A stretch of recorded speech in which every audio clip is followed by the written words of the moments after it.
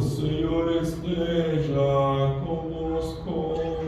Ele está no meio de nós. Proclamação do Evangelho de Jesus Cristo segundo João.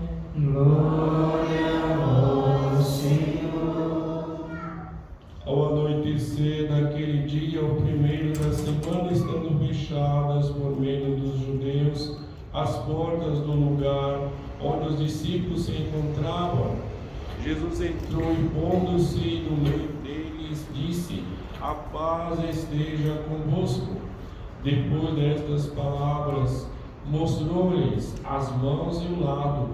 Então os discípulos se alegraram por verem o Senhor.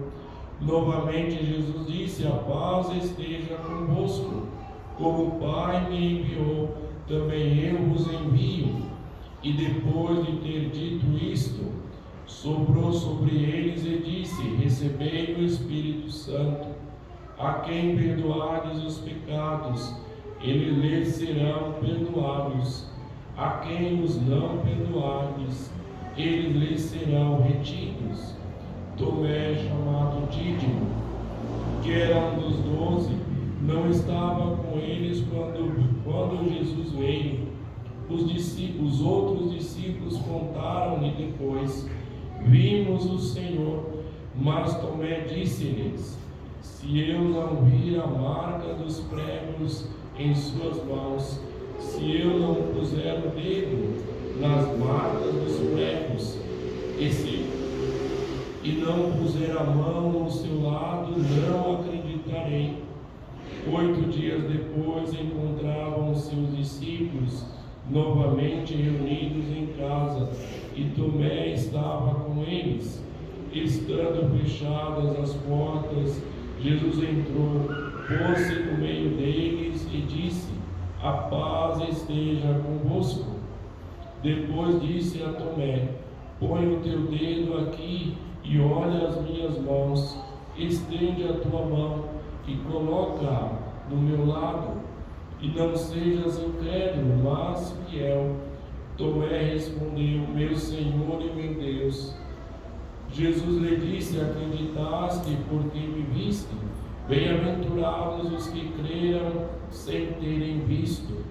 Jesus realizou muitos outros sinais diante dos discípulos que não estão escritos neste livro, mas estes foram escritos para que acrediteis que Jesus é o Cristo, o Filho de Deus, e para que, crendo, tenhais a vida em seu nome.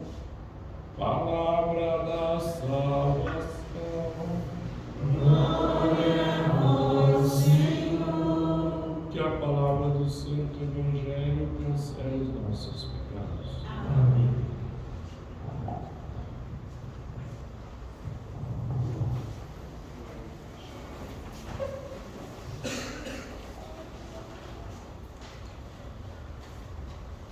Hoje, segundo domingo de Páscoa, nós comemoramos também a festa da misericórdia.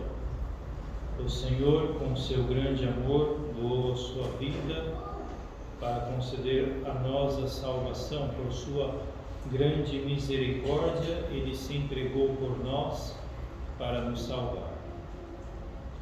O Evangelho nos coloca que no dia de Páscoa, ao anoitecer daquele dia de Páscoa, onde Jesus ressuscitou, depois que as mulheres foram logo cedo ao sepulcro e encontraram ele vazio, que foram também alguns discípulos, Pedro e o discípulo amado, que algumas mulheres até viram anjos. Depois de terem um dia meio agitado, à noite, ao anoitecer, já no final do dia, Jesus aparece aos discípulos. E ele aparece aos discípulos dizendo: a paz esteja convosco. Os discípulos que haviam fugido haviam abandonado a Cristo quando ele foi preso, Pedro que o negou por 3 vezes, esses discípulos que estavam tristes e confusos por causa, primeiro triste por causa da morte, depois confusos pelo dia, pela agitação do dia, ressuscitou, roubaram, não se sabe onde está o corpo, o túmulo está vazio, e aparece Jesus e não vai dizer a eles, mostrar a eles o quanto eles foram infiéis, não vai mostrar a eles o quanto eles o machucaram, mas vai dizer a eles simplesmente: a paz esteja convosco, dando a eles um novo recomeço, o recomeço de uma vida nova. O que passou agora. Com a ressurreição de Cristo, se tem uma nova vida,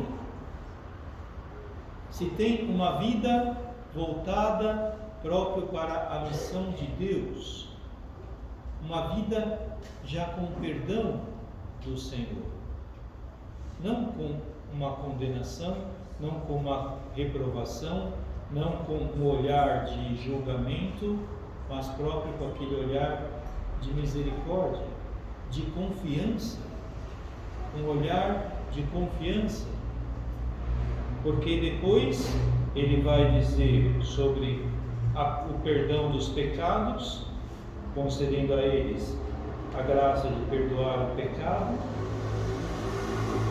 e vai dizer para que eles façam o que ele fez. Agora os discípulos, os apóstolos, devem continuar a sua missão, a missão que Jesus iniciou. Só que Dídimo, Tomé, chamado Dídimo, que é Gêmeos, ele não estava com os discípulos. E os discípulos falaram para ele, quer dizer, que os discípulos era a igreja estava reunida. A igreja reunida se encontrou com Tomé, que deveria estar no meio deles, mas não estava, por algum motivo que nós não sabemos, e veio dizer que o Senhor ressuscitou e que apareceu no meio deles. Só que Tomé, ele não acreditou. Ele disse: se eu não colocar o dedo nas feridas, o dedo no seu lado, eu não acredito. Se eu não ver com os meus próprios olhos, se eu não tocar, eu não acredito. Eu tenho que ver, eu tenho que tocar para crer. Não basta o testemunho da igreja, não basta o testemunho dos discípulos, não basta o testemunho dos apóstolos. Eu preciso ver, preciso tocar para poder acreditar, para poder crer. E o Senhor próprio, depois de 8 dias, estando reunidos e a igreja, os discípulos, os apóstolos, junto com também Tomé, Jesus vai aparecer novamente e vai dizer que para Tomé tocar, para Tomé olhar, ver as marcas e tocar, para que ele pudesse acreditar, tipo uma reprovação, porque ele deveria acreditar no testemunho dos discípulos, dos testemunhos dos apóstolos. Por isso que bem-aventurados serão aqueles que, mesmo sem tocar, mesmo sem ver, eles acreditarão. Bem-aventurados somos nós, que o tocamos na fé, que o vemos na fé, mas não o tocamos fisicamente como Tomé. Mas ele próprio pronunciou uma profissão de fé muito grande: meu Senhor e meu Deus, o Senhor da minha vida e o meu Deus. Mas precisamos confiar, acreditar em Deus, que é o que falta hoje no ser humano, é o que falta hoje em nós. Tomé, ele é o dídimo, o gêmeo, quer dizer que ele é semelhante a alguém. Um gêmeo tem alguém que é bem semelhante a ele. E Tomé, ele é semelhante a nós. Nós somos semelhantes a Tomé, porque muitas vezes nós não acreditamos, muitas vezes nós não cremos, muitas vezes colocamos dúvidas na igreja, dúvidas naquilo que a igreja prega, a igreja fala, a igreja diz.